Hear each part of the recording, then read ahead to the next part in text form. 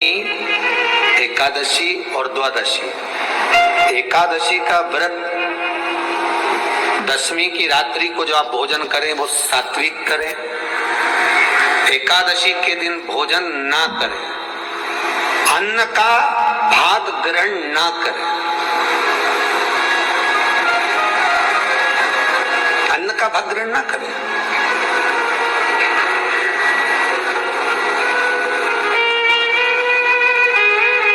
कितना सुंदर कहा है महाराज जी। यदि आपके यहाँ पर गौ माता है, आपके घर में अगर गौ माता विराज रही है, आपके घर में अगर गौ माता है, गाय की अगर आप सेवा कर रहे हैं, अच्छा कितना सुंदर लिखा है धेनु मानस में। गीता प्रेस गोरखपुर की गौ अंक को निकालकर पढ़िए कल्याण का, उसमें लिखा है ब्रह्म मुहूर्त में सुबह के समय पर गाय की पूंछ को पकड़कर या गाय की रस्सी को पकड़कर जो 2 कदम भी चल लेता है, उसके लिए भगवान विष्णु वैकुंठ का मार्ग और कुबेर का मार्ग प्रशस्त कर कर खोल देता। जरा पढ़िए धेनु मानस को, पढ़िए गौ अंक, पढ़िए गीता प्रेस गोरखपुर का कल्याण का अंक निकाल कर पढ़िए कि गाय का मात्र रस्सी पकड़कर 2 कदम चलने वाले के लिए मार्ग प्रशस्त हो जाता है। एकादशी के दिन अगर आपका व्रत है तो आप भूलवश भी डब्बे में रखी हुई रोटी गाय को ना देते हुए कुछ थोड़ा सा फलहार, कोई केला, कोई सेब, जो आप खाते हो, अंगूर, पपीता, जो आप ग्रहण कर रहे हो, उसका थोड़ा सा भाग आप गाय को प्रदान करो। आप गाय को दीजिए। नारी के मुख से अगर एक बार निकल जाए कि मेरी जिंदगी तुमसे विवाह कर कर बेकार हो गई, उस समय नारी का साथित्व समाप्त हो जाता है। इसलिए माताओं, आपसे निवेदन है, जिंदगी में सारी लड़ाई लड़ना, सब कुछ बोलना, और अपने पति से ये मत कहना कि तुमसे विवाह कर कर मेरी जिंदगी बेकार हो गई, क्योंकि विवाह तुमने किया है पर भाग्य उसने लिखा है। लिखने वाला वो है। और आपसे फिर निवेदन करूंगा, राम मंदिर जाओ, कृष्ण मंदिर जाओ, शिव मंदिर जाओ, भवानी के मंदिर जाओ, तुम्हारे 33 कोटि देवताओं के मंदिर चले जाओ, गणेश जी के मंदिर जाओ, तुम्हारी मर्जी पड़े उस देवता के मंदिर जाना, कोई तुम्हारा भाग्य नहीं बदल सकता। जो तुम्हारी किस्मत में लिखा है वो तुमको भोगना पड़ेगा। तो बदलेगा कौन? तो उसका भी प्रमाण हमारे यहाँ शिव महापुराण कहती है। एक पारो नाम की विधवा स्त्री थी।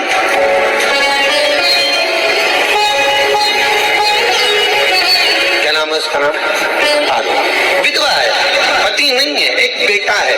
और विधवा स्त्री जो थी वो गर्भ से थी, उसका संतान नहीं हुई थी, पति मर गया, वो गर्भावस्था में बेटा रह गया और पति चले गए। पारो बड़ी दुखी थी, भगवान का भजन करती, बहुत, घर में कुछ भी नहीं था। जो व्यापारी, जो धन था उसके पति का, वो सब लोग खा गए। जब जैसे व्यक्ति जब तक जीवित है तब तक संसार उसका है, जैसे ही वो गया उसका सारा धन भी उसके साथ चला गया। व्यापार धन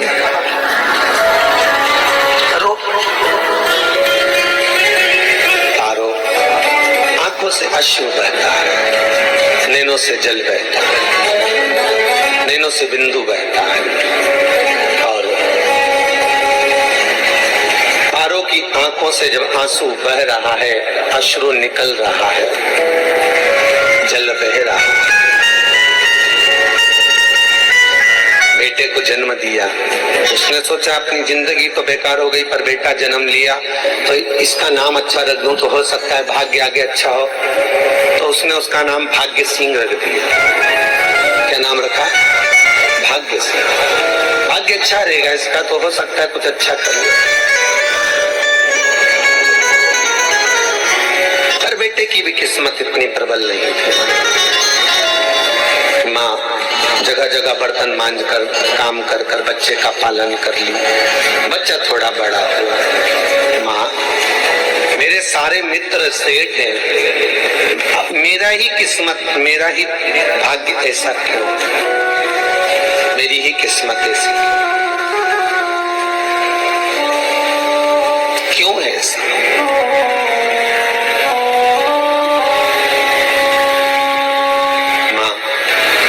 किस्मत में इतना दुख क्यों लिखा है? समय पर नहीं मिलता। हमारा भाग्य ऐसा क्यों है माँ? हमारी किस्मत ऐसी क्यों है? माँ कहती है बेटा जो ललाट पर लिखा उसे कौन टाल सका। माँ बच्चों को समझाती है, माँ बच्चों को कहती है, धीरे धीरे समय निकलता है। माँ एक बार बता माँ, तू कहती है कि सब भगवान ने लिखा है, भाग्य में तो भगवान का मिलेगा, मुझे बता दे। माँ बोलती है ऐसी कोई जगह नहीं जहाँ भगवान नहीं, वन में मिलेगा। हाँ मिलेगा। माँ का कहना मानकर भाग्य सिंह वन में चले गया और घने जंगल में भाग्य जब गया, भाग्य सिंह और घने जंगल में जब पहुंच गया, ढूंढते ढूंढते ढूंढते ढूंढते ढूंढते तो भी भगवान तो भगवान की छाया तक नहीं मिली। भगवान की छाया तक, आंखों में जल भर गया, बेहोश होकर गिर गया। शाम का समय था, विष्णु और लक्ष्मी निकल कर जा रहे थे। लक्ष्मी और विष्णु जाते जाते उसको देखकर रूप बदल के उसके पास गए। बेटा आपका नाम क्या है? हमारा नाम भाग्य सिंह है। कहाँ जा रहे हो? भगवान से मिलना है हमको। क्या काम है तुम्हें भगवान से? भगवान से पूछना है कि मेरी किस्मत ऐसी क्यों बनाई, मेरी किस्मत में गरीबी क्यों लिखी, मेरे भाग्य में इतना दुख क्यों लिखा। मुझे भगवान से पूछना है कि मेरी किस्मत ऐसी क्यों बनाई, मेरी किस्मत में इतना दुख क्यों लिखा, इतनी। तो भगवान बोले ये तो देखो भाग्य भाग्य की बात है, सबके भाग्य में अलग अलग होता है। नहीं नहीं, मुझे भगवान से पूछना। तो हुआ क्या? मैं बहुत गरीब हूँ, मैं बहुत दुखी हूँ। भगवान से प्रार्थना है कि मुझे कुछ मेरी जिंदगी का अच्छा कार्य कर दीजिए। लक्ष्मी जी को दया आ गई, नारायण से बोले प्रभु इसको कुछ दे दो, थोड़ा सा इसके ऊपर कृपा कर दो। नारायण बोले इसके भाग्य में नहीं है लक्ष्मी, इसके भाग्य में नहीं है लक्ष्मी, मैं देवी दूंगा तो इसकी किस्मत में नहीं है। लक्ष्मी कहती है आपका काम देने का है, आप तो दो। भगवान ने कहा लक्ष्मी नहीं है भाग्य में, तुम तो दे दो। लक्ष्मी जी के कहने पर नारायण ने उसको एक हीरे का हार दे दिया। ले ये ले हीरे का हार। वो प्रसन्न हो गया, हीरे का हार मिल गया और हार लेकर वो चला। और चलते चलते उसने सोचा मेरी मम्मी को दूंगा, मेरी माता को दूंगा, माँ बड़ी प्रसन्न हो जाएगी। हीरे का हार लेकर जा रहा था। हार ले जाते उसको रास्ते में इतने में उसको तुरंत उसी समय पर कहीं सोचाधिक कर्म के लिए जाना पड़ा। उसने सोचा इस हार को इस पत्थर पर रख देता हूँ, अभी आऊंगा वापिस इस हार को उठाकर घर लेकर चले जाऊंगा। और सोचाधिक कर्म के लिए वो चल दिया। गया, हाथ धोकर आया, इतने में चील उड़ती उड़ती आई, उसका हार लेकर चली गई। आके रोने लगा। माँ को जाकर कहा माँ किस्मत तो देख, इतना जोरदार हार मिला था हीरे का, पर भाग्य में नहीं था, नहीं मिला। इतने में वो रोता रोता तुरंत फिर भगवान के पास गया। रोता बिलखता फिर पहुंच गया वन के अंदर, फिर भगवान मिले। भगवान ने पूछा अब क्या हुआ? प्रभु मेरा हार तो वो हीरे का, मेरा हीरे का हार ले गई चील। भगवान बोले देख भैया हम तो तेरे किस्मत में था, वो कर दिया, अब आगे तू एक काम कर, ब्रह्मा जी से जाके मिल। ब्रह्मा जी कहाँ मिलेंगे? यहाँ से आगे जा, ब्रह्मा मिल। ब्रह्मा के पास गए। ब्रह्मा जी ने कहा क्या हुआ? ब्रह्मा जी मेरे भाग्य में गरीबी लिखी है, कुछ अच्छा कर दीजिए। ब्रह्मा जी कहते हैं तुम्हारा भाग्य में जो लिखा है वो तुम्हें भोगना पड़ेगा। नहीं नहीं आप कृपा करो। लक्ष्मी जी ने नारायण से कहा इसको कुछ कृपा कर दो। तो भगवान ब्रह्मा जी ने कहा चलो इसका भाग्य बदलने के लिए एक हीरे की अंगूठी दे देता हूँ। भगवान ने उसको हीरे की अंगूठी दे दी। अब हीरे की अंगूठी दी, फिर वो लेकर चला। इतना खुश था, अब मुझे हीरे की अंगूठी मिल गई, अब मुझे हीरे की अंगूठी मिल गई। इतना प्रसन्न होकर जा रहा था, इतने में इसको लग गई प्यास। इसने सोचा पानी पी लो। पानी पीने के लिए इसने मुंह को करा नीचे, जेब में रखी थी अंगूठी, वो पानी में लुढ़क गई। लुढ़कते से एक मछली निकल गई, अंगूठी भी हाथ से। देखिए कोई कितना भी साथ दे दे, पर भाग्य में अगर सुख लिखा होगा तो वो अपने आप मिलेगा। नहीं फिर आया, फिर माँ से कहा माँ ऐसा।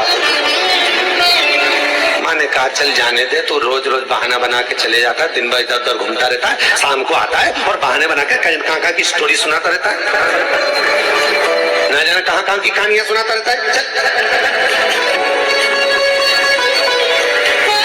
पे जा, कुछ काम कर तो भाग्य बदलेगा। नहीं नहीं माँ, मैं सत्य बोल रहा हूँ, नहीं माना। फिर चले गया। नारायण ने कहा एक काम करो, अब तुम शंकर जी के पास जाओ, शिव जी के पास जाओ। भोलेनाथ जी ने उसको हीरे की पोटली दे दी। वो हीरे की पोटली ले जाकर अब की बार सोचा कहीं रुकूंगा ही नहीं, सीधे घर गया। मम्मी को याद करा, माँ नहीं थी। उसने एक लोटे के अंदर हीरे रख दिए। मैं माता को ढूंढ के आता हूँ। माँ को ढूंढने गए, इसमें चोर घुस गए घर के अंदर, लोटा ही ले गए हीरे। फिर आके देखा, फिर माँ ने कहा, फिर बहाने बनाया तूने, फिर स्टोरी सुने, फिर कहानी सुने। माँ मैं सत्य कह रहा हूँ, सत्य कह रहा हूं। आखिरी में हार गया। फिर भगवान विष्णु और ब्रह्मा ने एक ही बात कही, तू शंकर के मंदिर की चौखट पर जा। वहां क्या करना पड़ेगा मुझे? कुछ मत करना, केवल उसकी चौखट पर जाकर उसका दीदार करना, उसका दर्शन करना। उससे क्या होगा? भगवान विष्णु और ब्रह्मा कहते हैं 33 कोटि देवताओं के पास जाएगा तो कुछ नहीं होने वाला, पर शंकर के दरवाजे पर भाग्य देवी रोज प्रतिदिन झाड़ू लगाती है। कौन झाड़ू लगाती है? भाग्य देवी। आपसे निवेदन है, बहुत सुंदर कथा है, इससे समझना कि विष्णु ब्रह्मा राम कृष्ण आदि 33 कोटि देवताओं के पास तुम चले जाओ, कोई तुम्हारा भाग्य नहीं बदल सकता। हाँ, अगर भाग्य देवी का तुम स्मरण करो, किसी मंदिर में जाना तो ये भगवान से कहना भगवान लक्ष्मी दो, भगवान से लक्ष्मी मत मांगना, भगवान से कहना मेरा भाग्य ऐसा कर दो, या भाग्य देवी की कृपा मुझ पर बरसा दो जिससे मेरा भाग्य बदल जाए, कुछ अच्छा हो जाए मेरी जिंदगी। तो जाके शंकर के मंदिर के बाहर खड़े हो, भाग्य देवी माँ झाड़ू लगाती है, भाग्य देवी उनकी चौखट पर बैठी रहती, तू जा। उससे क्या होगा? बस देवता तो तेरी जिंदगी बदलने के लिए कब से इंतजार कर रहे हैं, और तेरा भाग्य नहीं बदल पा रहा। तेरा भाग्य बदलेगी तो भाग्य देवी ही बदलेगी। गया शिव मंदिर के दरवाजे पर जाकर खड़ा हो जाता, भीड़ होती तो दरवाजे से दर्शन कर लेता, बाबा से नयन मिलाता, रोज प्रतिदिन जाता। एक दिन शंकर जी ने भाग्य देवी से कहा, देवी इसका भाग्य बदल दो। देवी कहती है, भोलेनाथ इसकी किस्मत में ब्रह्मा जी ने यही लिखा है दुख, इसकी किस्मत में ठोकरें खाना ही लिखा है। भाग्य देवी तुम मेरे दरवाजे की झाड़ू लगाती हो, आज इसके भाग्य की झाड़ू लगाई। भाग्य देवी ने कहा, भोलेनाथ आप कह रहे हो? हाँ मैं कह रहा हूँ, क्योंकि मेरे दरवाजे पर इतने दिन से रोज आ रहे और मेरे दरवाजे से खाली चले जाए अच्छा नहीं लगता। भाग्य देवी ने भाग्य बदला। एक सोने का सिक्का झाड़ू लगाते लगाते दरवाजे पर पटक दिया।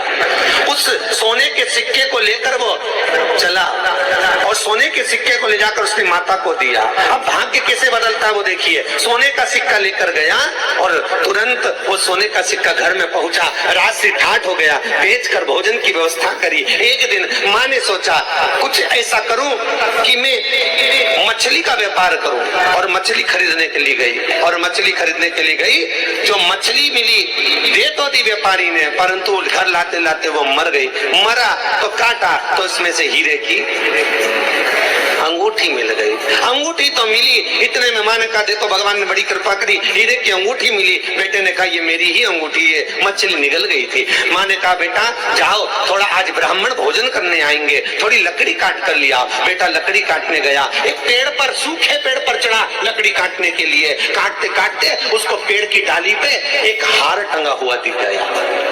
वो हार वही था जो हीरे का चील लेकर गई थी। वो हार प्राप्त हो गया। आते आते रास्ते में प्यास लगी, सोचा कहीं एक आध बर्तन मिल जाए पड़ा हुआ, तो लोटा पड़ा हुआ मिल गया जिसमें हीरे पड़े हुए थे। जब भाग्य चलता है तो सारी रास्ते अपने आप खुलते खुलते खुलते खुलते चले जाते हैं। जब भाग्य नहीं चलता तो चाहे कोई हीरा दे दे, चाहे कोई सोना चांदी दे दे, चाहे कोई फैक्ट्री खुलवा के दे दे, तो भी कुछ दिन में ठप्प हो जाए। भाग्य चलेगा तो धन आएगा, भाग्य नहीं होगा तो फिर कुछ मत करो। क्या करना है? बोलो तो जब भाग्य अगर दिक्कत दे तो कहीं जाने की जरूरत नहीं है, एक ही काम करना है, शंकर के दरवाजे पर जाकर उसका दीदार करना। श्री शिवाय नमस्तुभ्यम। इस कथा को सुनने वाले सभी भक्तों पर महादेव अपनी कृपा की दृष्टि बनाएं और उनके घर में धन और अन्न की कभी कमी ना हो।